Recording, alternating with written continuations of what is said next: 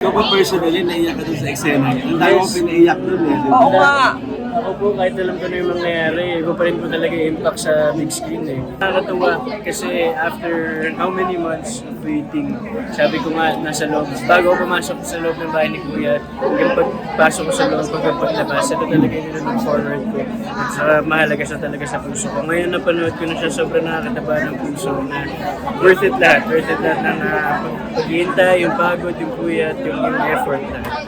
Well, kasi si Arvin Asuncion, pang tao talaga siya eh. I'm sure na maraming tao makaka-relate sa kanya kasi usual na nararanasan ng mga ibang tao eh.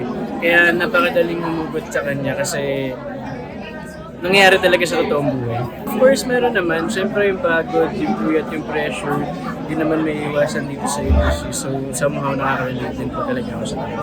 Of course, siyempre naman darating tayo sa punto ng buhay natin na meron tayong ibang bagay na babagsak tayo, na hindi natin magagawa ng tama. Kaya wala naman po taong perfect eh. So lahat yan na pagdadaanan. Napakarami po eh, lalo na dito sa industriya na parang syempre may mga audition na ganyan. Tapos hindi ka matatanggap. Syempre, bumangon ako through iniisip ko na kung paano ko gagawin better yung sarili ko, kung paano ko ayusin sa mga susunod pang gagawin yung auditions. Hindi ko pa naman po masasabi na lahat ng pangarap ko nasa akin na po ngayon. Pero ngayon na unti-unti ko na po siya naabot. Sobrang pasasalamat lang po talaga sa Panginoon. Kasi lagi ko po itong pinangarap talaga. Lagi ko itong pinagdarasal.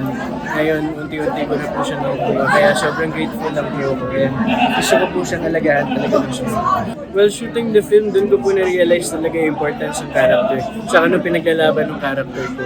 And ngayon na napanood ko na po, talagang nakakatuwa kasi mapapanood na ng maraming tao at sana marami din po sila mapulot na aral dito sa character. Well, lahat naman po ng characters na bigyan ng justice dito sa pelikula ko. Pero para mabigyan po ng ganitong opportunity, nakakatuwa po and nakakatuwa rin po hearing those good comments about the film. Kaya worth it talaga. Nakakatawa ng puso. Oo naman po. Posible po yun talaga. Basta open lang po talaga yung heart or yung mind ng isang tao. Ikaw ba personally, naiyak ka dun sa eksena niya? Ang dami kong pinaiyak dun eh. Oo nga! Ako po, kahit alam ko na yung mangyayari, iba pa rin po talaga yung impact sa big screen eh. Nakikita mo po talaga yung totoong emotion, so naiyak din po talaga. Siyempre, bukod po sa never stop dreaming, never stop learning, gusto po namin na mapulot po nilang aral dito is learn how to fight for what is right.